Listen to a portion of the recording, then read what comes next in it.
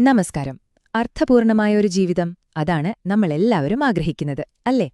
അതിനുള്ള വഴികാട്ടിയായി നമുക്ക് കുറച്ചൊന്ന് പുറകോട്ട് സഞ്ചരിച്ചാലോ? അതായത് 1960ലേക്ക്. അവിടെ അഖണ്ഡജ്യോതിയുടെ താളുകളിൽ ഇന്നും ഒട്ടും പഴകാത്ത ചില ജീവിതരഹസ്യങ്ങൾ ഒളിഞ്ഞിരിപ്പുണ്ട്. വറ, നമുക്ക് ഒരുമിച്ചതൊന്ന് കണ്ടെത്തി നോക്കാം. ഈ ലക്കത്തിന്റെ ഏറ്റവും പ്രധാനപ്പെട്ട ആശയം, അതിന്റെ ആത്മാവ് എന്ന് വേണമെങ്കിൽ പറയാം, ഇതാണ്: നമ്മൾ പലപ്പോഴും സന്തോഷം തേടി ഓടുകയാണല്ലേ? പക്ഷേ യഥാർത്ഥ സംതൃപ്തി അതിലല്ല, മറിച്ച് നമ്മുടെ ജീവിതത്തിന് ഒരു ലക്ഷ്യമുണ്ട് എന്ന് കണ്ടെത്തുന്നതിലാണ്. ഈ ഒരു ചിന്ത മനസ്സിൽ വെച്ചുകൊണ്ട് നമുക്ക് കുറച്ചുകൂടി ആഴത്തിലേക്ക് പോകാം. അപ്പോ ഈ ഒരു യാത്രയില് നമ്മൾ എന്തൊക്കെയാണ് കാണാൻ പോകുന്നതെന്നല്ലേ? പ്രധാനമായും 5 കാര്യങ്ങളുണ്ട്. ആദ്യം, നമ്മുടെയൊക്കെ ജീവിതത്തിന്റെ യഥാർത്ഥ ലക്ഷ്യം എന്താണെന്ന് നമ്മൾ അന്വേഷിക്കും. പിന്നെ ആ ലക്ഷ്യം നേടാൻ സഹായിക്കുന്ന ഒരു ദിവ്യശക്തിയെ പരിചയപ്പെടും. അതോടൊപ്പം എങ്ങനെ ധാർമ്മികമായി ജീവിക്കാം, നമ്മുടെ മനസ്സിനെ എങ്ങനെ നിയന്ത്രിക്കാമെന്നൊക്കെ പഠിക്കും. ഒടുവിൽ ഇതെല്ലാം ചേരുമ്പോൾ എങ്ങനെയാണ് ജീവിതത്തിൽ യഥാർത്ഥ സംതൃപ്തി കണ്ടെത്താനാവുക എന്നും നമ്മൾ മനസ്സിലാക്കും. അപ്പോ നമുക്ക് ആദ്യത്തെ വിഷയത്തിലേക്ക് കടക്കാം. എങ്ങനെയാണ് നമ്മുടെ ജീവിത ലക്ഷ്യം കണ്ടെത്തുക? അതിനായി നമ്മൾ ഓരോരുത്തരും സ്വയം ചോദിക്കേണ്ട ചില ചോദ്യങ്ങളുണ്ട്. അതാണ് ഇവിടുത്തെ പ്രധാന വിഷയം. നമ്മൾ എന്തിനാണ് ഇവിടെ ജീവിക്കുന്നത്? ഈ മാസിക നമ്മളോട് ഒരു നിമിഷം നിൽക്കാൻ പറയുന്നു. എന്നിട്ട് വളരെ പ്രധാനപ്പെട്ട ഒരു ചോദ്യം ചോദിക്കുകയാണ്: ശരിക്കും എന്താണ് ഈ മനുഷ്യജീവിതത്തിന്റെ യഥാർത്ഥ ഉദ്ദേശ്യം? വെറുതെ ജനിച്ചു, ജീവിച്ചു, മരിച്ചു പോകാൻ വേണ്ടിയാണോ നമ്മളെല്ലാം ഇവിടെ വന്നത്? അല്ല. ഈ ചോദ്യത്തിനുള്ള ഉത്തരം തേടുന്നിടത്താണ് യഥാർത്ഥ ആത്മീയ യാത്ര തുടങ്ങുന്നത്. അതിനൊരു മുന്നറിയിപ്പും കൂടെയുണ്ട്. ഹം സുഖ്സേ ലൽചാക്കർ ദുഃഖ്മേ നഫസേ എന്ന ലേഖനത്തിൽ പറയുന്നതിതാണ്: നമ്മൾ ഈ കാണുന്ന ചെറിയ താൽക്കാലിക സുഖങ്ങളുടെ പിന്നാലെ ഓടുമ്പോൾ അറിയാതെ തന്നെ ദുഃഖത്തിന്റെ ഒരു കെണിയിലാണ് ചെന്നുപെടുന്നത്. അപ്പൊ പിന്നെ എന്താണ് യഥാർത്ഥ ലക്ഷ്യം? ഹം ജീവൻ കാ ഉദ്ദേശ്യ പൂർണ്ണ കരയും എന്ന ലേഖനം നമ്മളെ ഓർമ്മിപ്പിക്കുകയാണ്, നമ്മുടെ ലക്ഷ്യം ജീവിതത്തിന്റെ ഏറ്റവും ഉന്നതമായ ഉദ്ദേശ്യം പൂർത്തിയാക്കുക എന്നതാണ്. വെറുതെ ദിവസങ്ങൾ തള്ളിനീക്കാനല്ല, ഓരോ നിമിഷവും ആ വലിയ ലക്ഷ്യത്തിലേക്ക് നടന്നടുക്കാനാണ് നമുക്കീ ജന്മം കിട്ടിയിരിക്കുന്നത്. ഓക്കേ, അപ്പോ ജീവിത ലക്ഷ്യം കണ്ടെത്തണം എന്ന് നമ്മൾ മനസ്സിലാക്കി. പക്ഷേ അതിനുള്ള വഴിയെന്താ? അതെങ്ങനെ സാധിക്കും?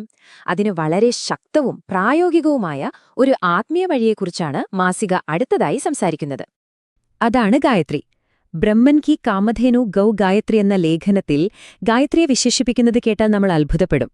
അതായത് ഇതൊരു വെറും മന്ത്രമല്ല, മറിച്ച് നമ്മുടെ ആഗ്രഹങ്ങളെല്ലാം സഫലമാക്കുന്ന, നമുക്ക് ആത്മീയമായ ഊർജ്ജവും പോഷണവും നൽകുന്ന ഒരു കാമധേനു, ഒരു ദിവ്യ പശുവാണെന്നാണ് പറയുന്നത്. ഒന്നാലോചിച്ചു നോക്കൂ, ഗായത്രിയെ നമ്മുടെ ജീവിതത്തിന്റെ ഒരു ഭാഗമാക്കിയാൽ എന്ത് സംഭവിക്കും? ഒരു വശത്ത് ജീവിതത്തിൽ പ്രകാശവും പോസിറ്റീവ് എനർജിയും നിറയും, വലിയ മാറ്റങ്ങൾ വരും. എന്നാൽ മറുവശത്തോ? അതാണ് അടുത്തതായി പറയുന്നത്. ഇതിന് നേരെ വിപരീതമായിട്ടുള്ളൊരവസ്ഥ.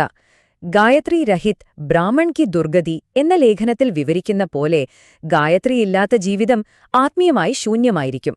ഒരു ദിശാബോധമില്ലാതെ അലയുന്നൊരു യാത്ര പോലെയാവുമത്. ശരി, നമ്മുടെ ഉള്ളിൽ ഗായത്രിയുടെ ശക്തിയുണ്ടെന്ന് സങ്കൽപ്പിക്കുക. ആ ശക്തി ഉള്ളിൽ മാത്രം വെച്ചാൽ മതിയോ? പോരാ, അത് നമ്മുടെ പ്രവൃത്തികളിലും കാണണം. ആ ആത്മീയ ഊർജം എങ്ങനെയാണ് ധാർമ്മികമായ ഒരു ജീവിതമായി മാറുന്നത് എന്ന് നമുക്ക് നോക്കാം. അതിന് മാസിക നമുക്ക് 3 ലളിതമായ വഴികൾ കാണിച്ചു തരുന്നുണ്ട്. ഒന്നാമത്തത്, നമ്മൾ ചെയ്യുന്ന ചെറിയ ചെറിയ കാര്യങ്ങളെ, സ്ഥിരമായ പ്രയത്നങ്ങളെ വിലമതിക്കുക. രണ്ടാമതായി, എപ്പോഴും സത്യസന്ധതയോടെ ജീവിക്കുക, ഒരു വിട്ടുവീഴ്ചയുമില്ലാതെ. മൂന്നാമത്തത്, കിട്ടുന്ന ഓരോ അവസരവും പാഴാക്കാതെ ഉപയോഗിക്കുക. ഈ 3 കാര്യങ്ങൾ ഒരുമിച്ച് വരുമ്പോഴാണ് ജീവിതം ശരിക്കും മനോഹരവും സദ്ഗുണപൂർണവും ആകുന്നത്. എത്ര മനോഹരമായൊരു വാക്യമാണെന്ന് നോക്കൂ. ഉറുമ്പിന്റെ ചുവടുകൾക്ക് പോലും ഒരാനയെ തളയ്ക്കാനാകും. ചീംടി കെ പഗ് ഹസ്തി ബാംഘെ എന്ന ലേഖനത്തിലെ ഈ ഒരു ആശയം മാത്രം മതി നമുക്ക് പ്രചോദനം കിട്ടാൻ. നമ്മൾ ചെറുതെന്ന് കരുതുന്ന, എന്നാൽ സ്ഥിരമായി ചെയ്യുന്ന ശ്രമങ്ങൾക്ക് എത്ര വലിയ തടസ്സങ്ങളെയും മറികടക്കാൻ കഴിയുമെന്ന് ഇത് നമ്മളെ ഓർമ്മിപ്പിക്കുന്നു. അപ്പോ പുറമെയുള്ള ലോകത്ത് നമ്മൾ ധാർമ്മികമായി ജീവിക്കാൻ ശ്രമിക്കുമ്പോഴും നമ്മുടെ ഉള്ളിലെ ലോകത്തിന്റെ അവസ്ഥ എന്താ? അത് പലപ്പോഴും അശാന്തമായിരിക്കാം, അല്ലേ?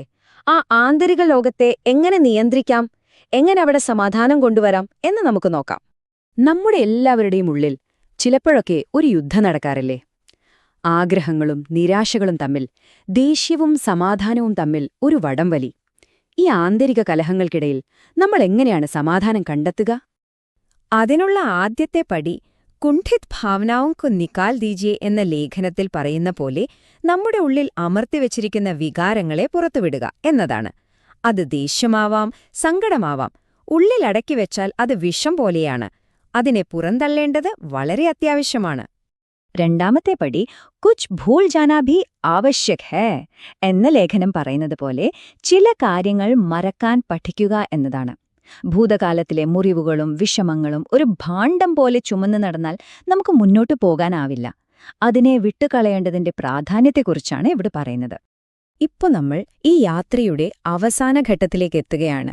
നമ്മൾ ഇതുവരെ സംസാരിച്ച കാര്യങ്ങളില്ലേ, ജീവിതലക്ഷ്യം, ഗായത്രി സാധന, നമ്മുടെ കർമ്മങ്ങൾ, ആന്തരിക സമാധാനം, ഇവയെല്ലാം എങ്ങനെ ഒരുമിച്ച് ചേർത്ത് ഒരു സമ്പൂർണവും സംതൃപ്തവുമായ ജീവിതം നയിക്കാമെന്ന് നോക്കാം. ഇവിടെയാണ് എല്ലാം ഒരുമിച്ച് വരുന്നത്. ആത്മീയ പരിശീലനം, ധാർമ്മികമായ പ്രവൃത്തി, പിന്നെ ആന്തരിക സമാധാനം. ഇവയൊന്നും വെവ്വേറെ നിൽക്കുന്ന കാര്യങ്ങളല്ല. ഇവയെല്ലാം ഒരു തടസ്സവുമില്ലാതെ ഒന്നായി ചേരുമ്പോഴാണ് നമ്മുടെ ജീവിതം ഒരു പൂവ് പോലെ പൂർണ്ണമായി വിടരുന്നത്. അതിന്റെ ഏറ്റവും നല്ലൊരു ഉദാഹരണമാണ് ഹോളി ആഘോഷത്തെക്കുറിച്ച് മാസിക പറയുന്നത്. ഹോളി കാ വാസ്തവിക് സ്വരൂപ് എന്ന ലേഖനം നമ്മളെ ഓർമ്മിപ്പിക്കുകയാണ്, ഹോളി എന്ന് പറഞ്ഞാൽ വെറുതെ നിറങ്ങൾ വാരിയെറിയുന്ന ഒരാഘോഷം മാത്രമല്ല, മറിച്ച് നമ്മുടെ ഉള്ളിലെ എല്ലാ നെഗറ്റീവ് ചിന്തകളെയും മാലിന്യങ്ങളെയും ആ ഹോളി തീയിൽ ദഹിപ്പിച്ച് ആത്മാവിനെ ശുദ്ധീകരിക്കുന്ന ഒരു പ്രക്രിയ കൂടിയാണ്. അപ്പോ 1960 മാർച്ച് ലക്കത്തിലെ അഖണ്ഡ ജ്യോതിയിൽ നിന്നുള്ള പ്രധാനപ്പെട്ട ആശയങ്ങൾ നമുക്കൊന്ന് ചുരുക്കി പറയാം. താൽക്കാലിക സുഖങ്ങൾക്ക് പിന്നാലെ പോകാതെ ഒരു ഉന്നത ലക്ഷ്യം തേടുക. ആത്മീയ ശക്തിക്കായി ഗായത്രി സാധന ജീവിതത്തിന്റെ ഭാഗമാക്കുക. സത്യസന്ധതയോടും കഠിനാധ്വാനത്തോടും കൂടി ജീവിക്കുക. പഴയ കാര്യങ്ങൾ വിട്ടുകളഞ്ഞും ക്ഷമിച്ചും നമ്മുടെ മനസ്സിനെ നിയന്ത്രിക്കുക. പിന്നെ ഈ ആത്മീയ ജ്ഞാനത്തെയെല്ലാം ദൈനംദിന ജീവിതത്തിൽ പ്രാവർത്തികമാക്കുക. ഈ തത്വങ്ങൾ നമ്മുടെ ജീവിതത്തെ മാറ്റിമറിക്കാൻ തീർച്ചയായും സഹായിക്കും. ഈ ജ്ഞാനത്തിന് കാലത്തിന്റെ അതിരുകളില്ല, അല്ലേ? പതിറ്റാണ്ടുകൾക്ക് മുൻപ് എഴുതിയതാണെങ്കിലും ഇന്നും ഇത് വളരെ പ്രസക്തമാണ്.